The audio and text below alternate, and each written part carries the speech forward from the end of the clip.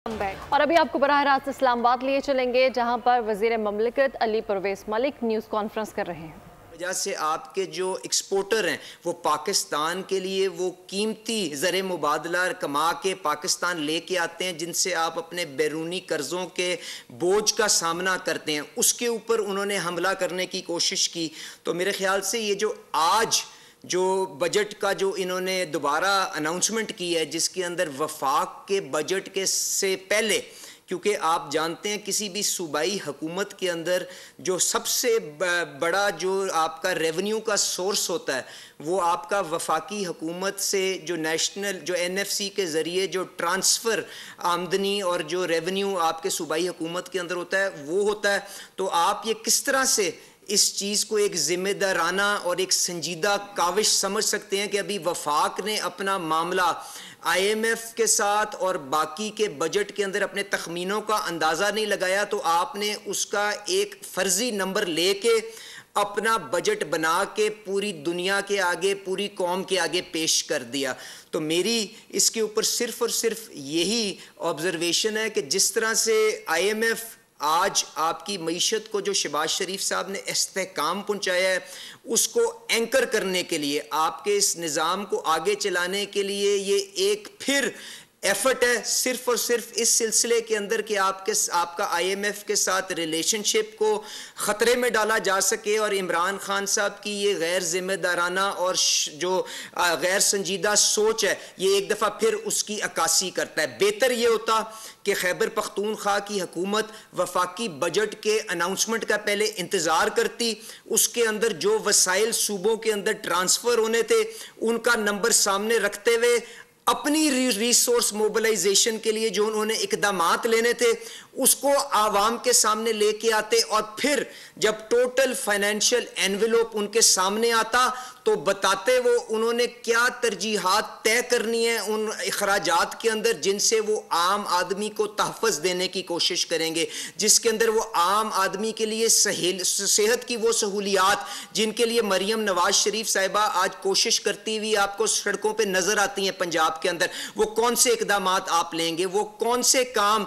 जिनसे आप अपने जो वल्नरेबल सेगमेंट्स हैं उनको प्रोटेक्ट करने की कोशिश करेंगे। क्योंकि आज भी वो सारा बोझ तो शहबाज शरीफ साहब वफाकी हुकूमत के अंदर बेनज़ीर इनकम सपोर्ट प्रोग्राम के तहत मुहैया कर रहे हैं। तो यूटिलिटी स्टोर्स के अखराजात आज भी वफाकी हुकूमत लेके चल रही है। तो इन सारी चीज़ों को तय किए बगैर अगर आप अपने बजट का यहाँ पे अनाउंसमेंट करते हैं तो सिर्फ और सिर्फ ये सियासी शोदाबाजी तो हो सकती है, ये सिर्फ और सिर्फ वफाकी हुकूमत को ब्लैकमेल करने की कोशिश तो हो सकती है। सिर्फ और सिर्फ ये एक एफर्ट आपका IMF के साथ जो सिलसिला आगे चल रहा है और आपकी मईशत को इस्तेहकाम पहुंचाने की कोशिश हो रही है उसको सैबोटाज करने की तो कोशिश हो सकती है। इसके अलावा कोई संजीदा और जिम्मेदार सियासत का इसके अंदर कोई पहलू नहीं है। तो मैं उम्मीद रखूंगा खैबर पख्तूनख्वा हुकूमत, उनके वजीर आला और उनके वजीर ख़जाना